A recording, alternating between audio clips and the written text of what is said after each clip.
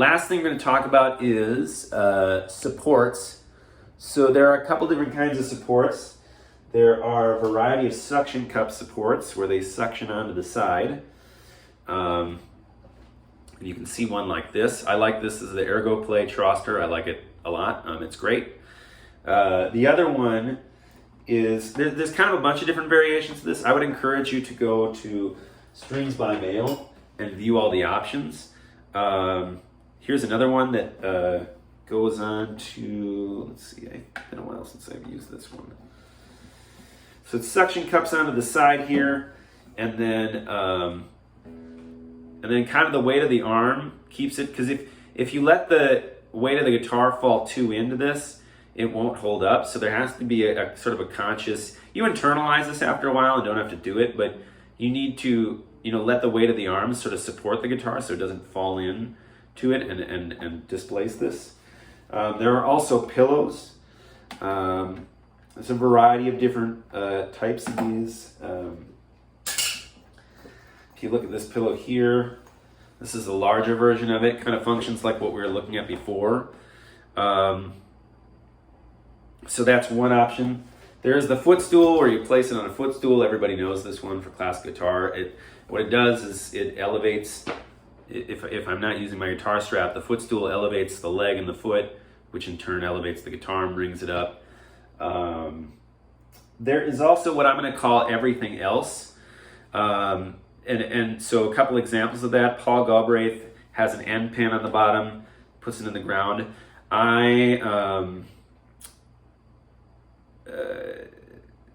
Aguado built a little tripod to hold the guitar up. Soar liked to rest, pretend my forearm is a desk or a table. He liked to rest the neck on the table.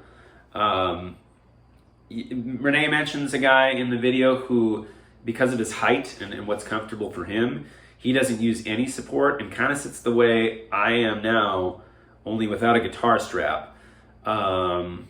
You'll sometimes see Baroque musicians playing with a strap if they're doing it. Like I think Hopkinson Smith uses a guitar strap for the Baroque guitar. Obviously a very different style, body, and size of instrument.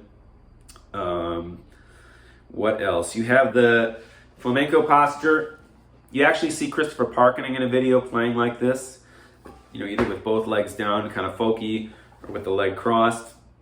You also have that flamenco that's kind of like with the guitar support I had earlier, except you rest the body of the guitar on one side. There's a video of Paco Peña playing like this, as well as Paco de Lucia on YouTube. And kind of the right arm holds the guitar from like falling, and then you just play. And this is and it kind of worked for a lot of this posture evolved out of the old school flamenco, because way back in the early days of flamenco, there wasn't as much instrumental. It was more song and accompaniment, and then eventually dance was added to that. And then, relatively speaking, in the evolution of flamenco, the solo guitar playing came later. And I say that to say this, that when you're just accompanying dance, this posture is just fine. It gets a little tricky when you're having to worry about holding the guitar up with the right arm while you're also trying to do really complicated solo guitar stuff in the left hand. Doesn't mean it's wrong or it's bad. Lucia and Peña were doing it, but those are kind of the dynamics involved.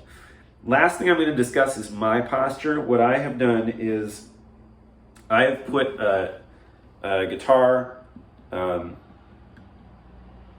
button here and a strap button here, and then I hook the strap around. And the idea is that I want to hold the guitar as little as possible, so there's a point of contact with the guitar on the left leg, point of contact on the right leg.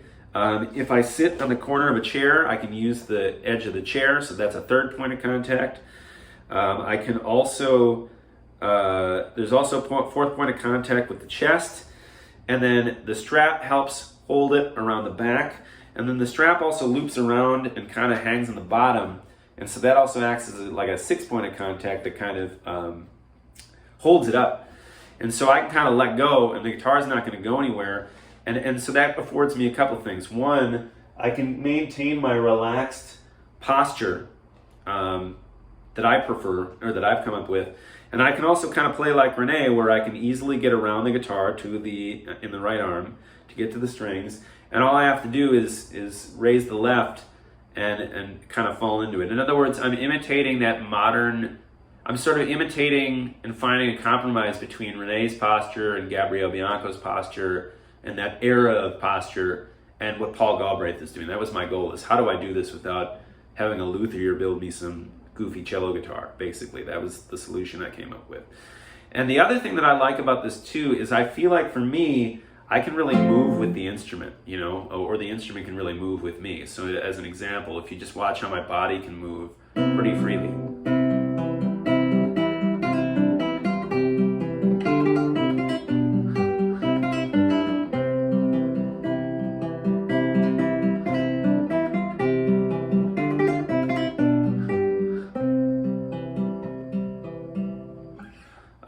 And I didn't do a lot of movement in that example, but the idea is that I can kind of move with the instrument because of the guitar strap. It's pretty comfortable.